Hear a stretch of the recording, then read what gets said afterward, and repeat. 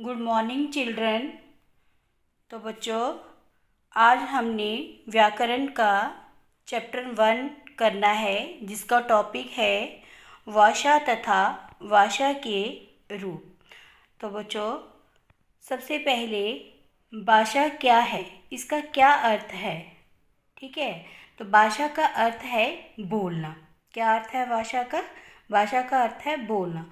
बोलना हमारे जीवन में बहुत ज़रूरी है। इससे ही हम अपनी बात दूसरों तक पहुंचा सकते हैं और दूसरों की बात सुनकर समझ सकते हैं।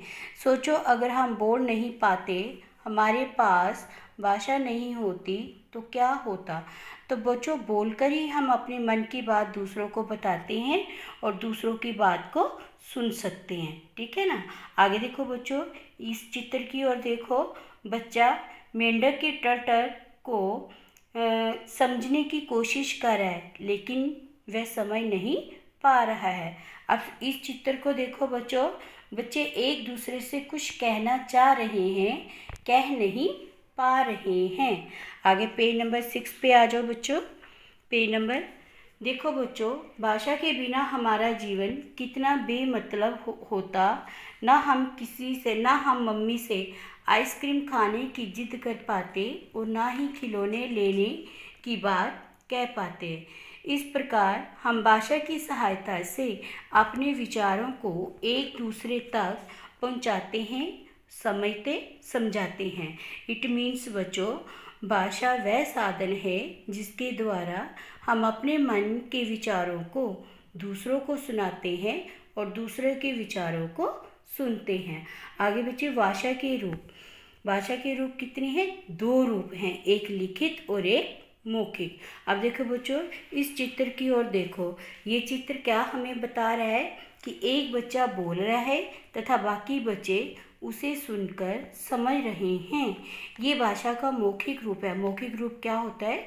जो हम बोलकर किसी को बताते हैं। नीचे लिखा भी है बच्चों, हम बोलकर अपनी बात दूसरों तक पहुंचाते हैं, वो मौखिक रूप कहलाता है। आगे देखो बच्चों, इस चित्र की ओर देखो। ये अध्यापिका कुछ लिख रही है ब्लैक बोर्ड पे और बच्चे उसे पढ़कर समझ रहे हैं। तो ये बच्चों भाषा का लिखित रूप है। लिखित क्या होता है? जो लिखकर हम दूसरों को समझाते हैं। देखो, इसकी डेफिनेशन नीचे लिखी भी है। हम लिखकर अपनी बात दूसरों तक पहुंचाते हैं। अब नीचे देखो बच्चों, इस संसार में सभी प्राणियों, जीव जंतुओं के लिए भाषा बनी है। यदि मानव की एक भाषा है, तो जीव जंतुओं की भी अपनी कुछ बोलियां हैं जो वे ही आपस में समझ सकते हैं, है ना बच्चों।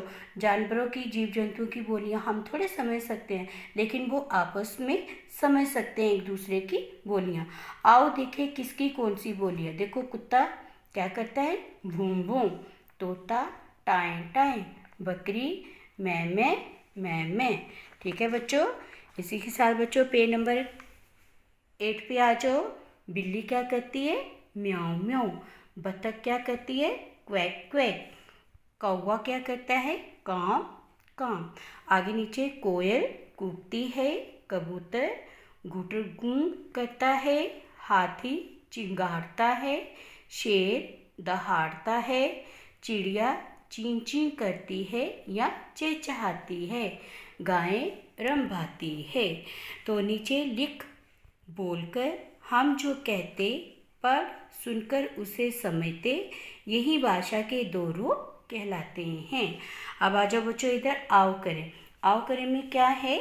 ये है लिखित रूप और मौखिक रूप बताया। भाषा के 2 रूप होते हैं, लिखित और मौखिक। लिखित में रूप में बच्चों, ये आपका होमवर्क भी है। पत्र लिखना होता है, कहानी लिखना। तो इधर आप चित्र खुद बना सकते हो बच्चों। उसके बाद बच्चों, मौखिक रूप में कहानी सुनना और बात करना। नीचे आ जाओ।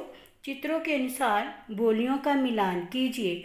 बकरी क्या करती है बच्चों? मैं। घोड़ा क्या करता है?